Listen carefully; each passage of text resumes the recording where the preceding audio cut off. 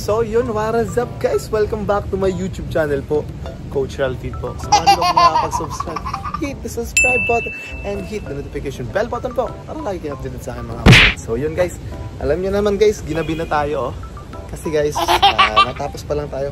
I-check muna grabe guys. So yun, natapos lang po natin. Abangan nyo po kung ano yung nakakatapos lang. Marami po tayong aabangan kasi sabihin na nga natin guys, kakatapos na natin mag-vlog ng Rajel. And abangan nyo kung kailan po upload ni Kuya Rap sa Kalingap Rap channel. And grabe, ang daming surprise guys na siguradong masu-surprise din kayo. And abangan nyo guys, malapit na rin ang kanyang birthday. And yun lamang guys, siguro ngayon makikita nyo ganito ang look ko, pero after next day, iba na yung look ko. Yun lamang guys, update lang kasi yun, ginabi na rin tayo kasi nag-meeting din tayo. May pinuntahan tayong meeting. Alam niyo, may bago aabangan sa Rajel guys. Wow! Hindi lang sa Rajel, sa buong Kalingap guys. Kaya yun lamang guys, abangan niyo susunod mangyari. Ito kakauwi ko lang din, pauwi pa lang din po ako kasi ginabi tayo. And pupunta tayong gym mamaya guys, abangan niyo. The next day. So yun na nga guys, dito tayo sa pagupitan. Pagka next day na to kasi syempre ginabi na tayo kasi may mga ginawa tayo kaya karami na nangyari. Magpapagupit na tayo. So yun na nga guys, grabe. Puro tayo hakay kasi medyo inaantok pa tayo dyan. And hindi natin napansin, narangal pala ng razor itong ating camera. Kaya sayang naman, hindi natin makikita ang ating malupet na wow na gupit. Nakikita naman, yan, shout out kay Kuya. Yan po aking barbero na laging gumugupit sa akin. And ang sabi ko dyan is, papatanggal ko na yung pagkamulit ko or yung gupit ko nito nakaraan. Ibig sabihin naman guys, no, mulet is yung mahaba yung likod. I mean, makapal yung likod pero yung gilid binabawasan. So yan na guys, makikita nyo naman dito. Tamang gupit-gupit lang siya. And kapag gupit yun guys, nagkichismis-chismis din yung sala sa likod.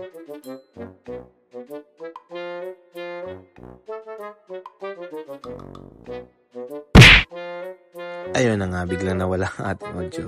Ayun guys, dinab ko na lang kasi may mga pinag-uusapan silang SPG. O sinasabi nila, kwentong barbero. Mahirap na guys, baka mabantay ni YouTube pag narinig yung mga very not good na mga wordings. Yun guys, panoorin nyo lang kung paano ako kupitan. And syempre, maboboring din kayo. Pag naboring kayo guys, skip nyo na lang itong part na ito. Pero pag hindi naman, sige, tuloy nyo lang guys. Kasi nawawala din sa focus yung, yun naman, inaantok na naman siya. Medyo nawala sa focus yung ano yung guys medyo nawala sa focus yung camera. And kasi naka-backcam yan, hindi ko napansin na, intok na naman. Hindi ko napansin na bigla palang naharangan ng razor. And sayang naman, hindi natin nakita yung full video. Pero yun naman guys, papalapit na rin niya matapos kasi kabilang side na lang. And we'll be right back. Grabe, may papikit pa siyang ganun.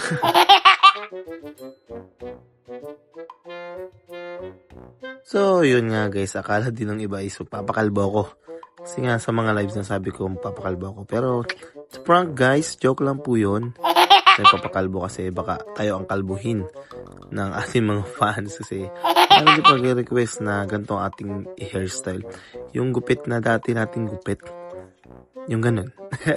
Basta, yun lang guys.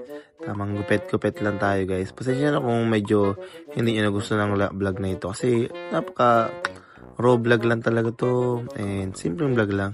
Gusto ko lang din mag-share sa inyo guys ng mga kaganapan ko sa aking buhay. Kasi lately medyo tinamad tayo. Hindi naman sa tinamad. Gusto naman natin ng medyo space ulit. Free space. Kasi medyo masyado ng public ang ating buhay. Medyo exposed na. Kaya ngayon medyo low-key tayo or medyo nag-lie low muna sa life. Kasi gusto natin ulit maging mysterious. Kita nyo guys, tumatawa ako kasi, ayun, may napag-usapan na naman dun sa barbershop na SPG guys. So yun guys, nakakatawa din naman dito kasi habang sila gumugupit, may mga nagkukwento-kwento, nakakalibang, antok na naman. Yun guys, medyo nalilibang din ako dito kasi magagaling din sila kwentong barbero. Makakapaniwala. Ito naman guys, thank you guys, and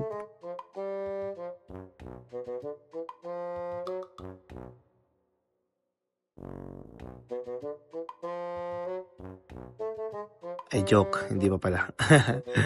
Okay guys, abangan natin kung kailan matapos to, baka bukas pa to matapos. Joke lang guys.